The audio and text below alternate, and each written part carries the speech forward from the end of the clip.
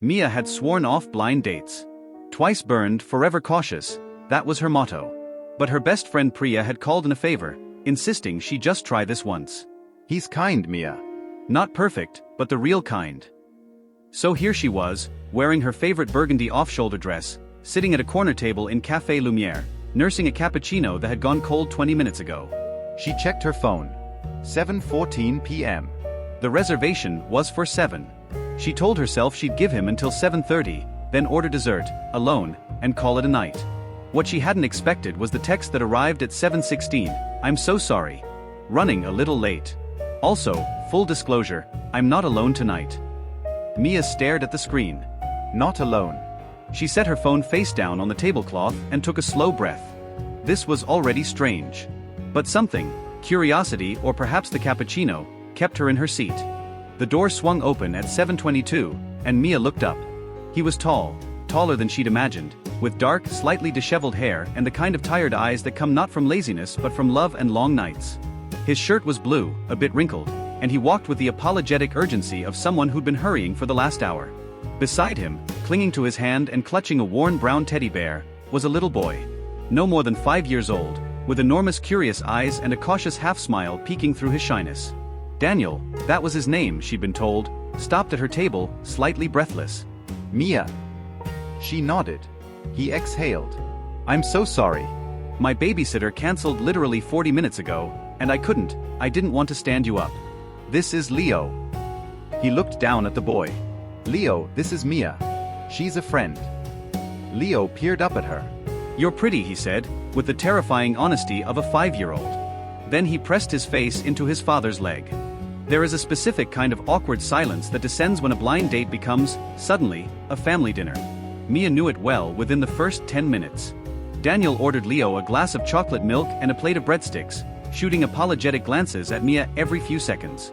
Leo, for his part, was watching her with the intense focus of a scientist studying a new species. Do you have any kids? Leo asked, unprompted, around a mouthful of breadstick. Leo, Daniel started. No, said Mia, with a small laugh. Just a goldfish. His name is Biscuit. Leo considered this very seriously. Does Biscuit get lonely?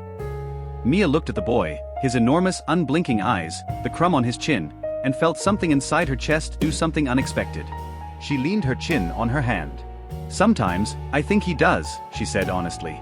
That's why I talk to him when I get home. Across the table, Daniel went very still. He was watching her the way people watch something they're afraid to believe. When the bill came, Daniel reached into his jacket pocket and Mia watched, without meaning to, as he pulled out a wallet so worn it had lost its original color entirely.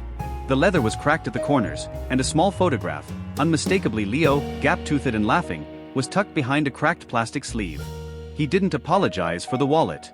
He didn't even seem to notice it.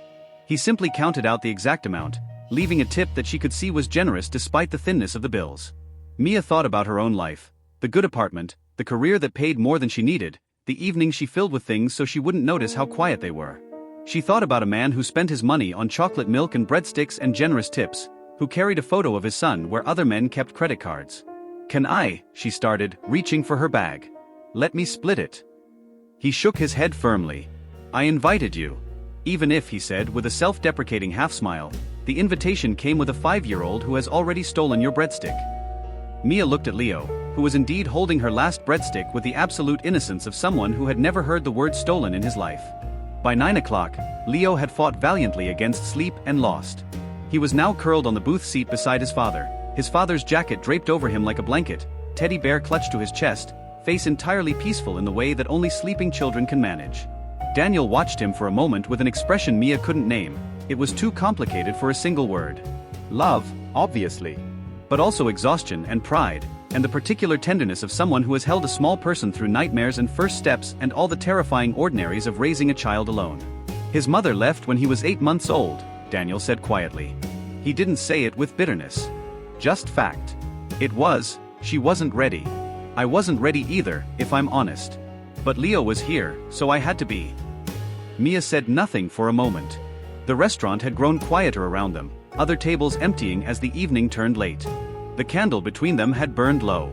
She studied the sleeping boy's face. His father's jaw, she now saw, the same slight upward curl at the corners of the mouth.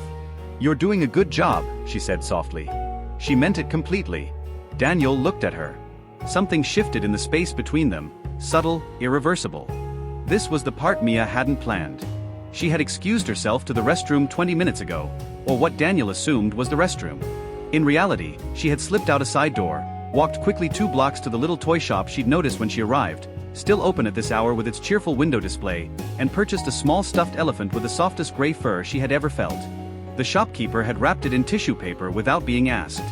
Now she stood at the table again, gift bag in hand, feeling slightly ridiculous and not caring at all. "For Leo," she said simply, setting it beside the sleeping boy. "He can meet him when he wakes up. His name is, well, Leo can name him." Daniel stared at the bag. Then at her. Something in his expression broke open, not dramatically, not with tears. Just a small, quiet undoing, like a door easing off its latch. "You didn't have to." "I know," Mia said, sitting back down. "That's why I did it." They walked because Leo had woken briefly, decided he wanted to ride on his father's shoulders, and promptly fallen asleep again up there. One small hand gripping Daniel's hair, the stuffed elephant, already named Noodles, apparently, in Leo's brief moment of consciousness, tucked under his arm alongside the original teddy. The city was quiet at this hour, the way cities sometimes go quiet on Tuesday nights when most sensible people are home and asleep. The street lamps cast warm pools of gold on the pavement, and there was a crescent moon, and Mia's heels clicked softly on the stone. They talked, properly talked, the way you rarely manage on a first date, about her work in landscape architecture, about his job as an electrician, about the neighborhood he was trying to move to because the schools were better. About music, books, the terrible television they both secretly loved. About what they missed and what they'd stopped missing and what they were still waiting for. At some point, his hand brushed hers. Neither of them pulled away. Above them, Leo slept on, dreaming whatever 5-year-olds dream, most likely something involving elephants named Noodles. They stopped at the corner of Elm and Hadley, where Mia's cab would come. Leo was still asleep against Daniel's shoulder, fully committed, utterly trusting, one hand still in his father's hair. "I'm sorry," Daniel said again, and she knew he wasn't apologizing for Leo anymore.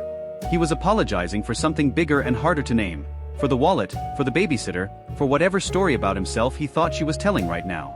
"Stop apologizing," she said, gently but clearly. It was the best date I've been on in 4 years. She paused.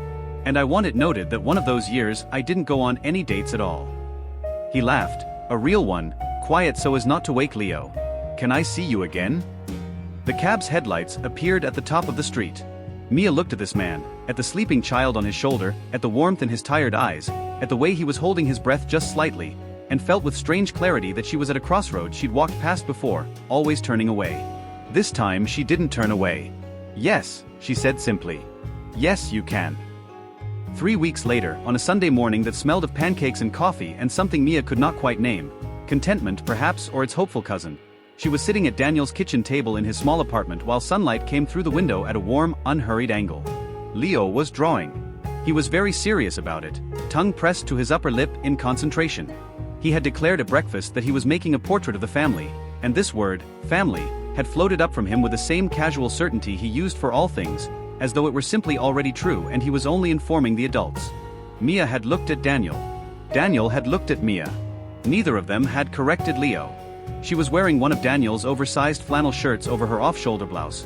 She'd reached for it instinctively when the kitchen was cool, and he'd handed it over without a word, and somehow this small borrowed warmth felt more intimate than a great many things she could name. "Look," Leo announced, holding up the paper. 3 stick figures. A sun. And in the middle, drawn in red crayon with the sincere ambition of a child who feels things deeply and hasn't yet learned to hide it, a heart. Mia laughed. A full, real laugh, the kind that lives in the chest rather than the throat. And across the table, over his coffee cup, Daniel was watching her the way he had that first night at the restaurant. Carefully, quietly, as though he was afraid to believe something he already knew was true. She caught his eye. He smiled. She smiled back. Leo, satisfied with his masterpiece, demanded more pancakes. Some things, Mia thought as she reached for the syrup, are worth arriving late to. Some things are worth a babysitter canceling, and a worn wallet, and a 5-year-old who names elephants Noodles. Some things are worth showing up for, even, and perhaps especially, when you didn't know you were ready. She helped Leo cut his pancakes. She did not think about leaving. She did not think about reasons this might not work. She simply passed the orange juice and watched the sun come through the window and was, for the first time in a long time, entirely here.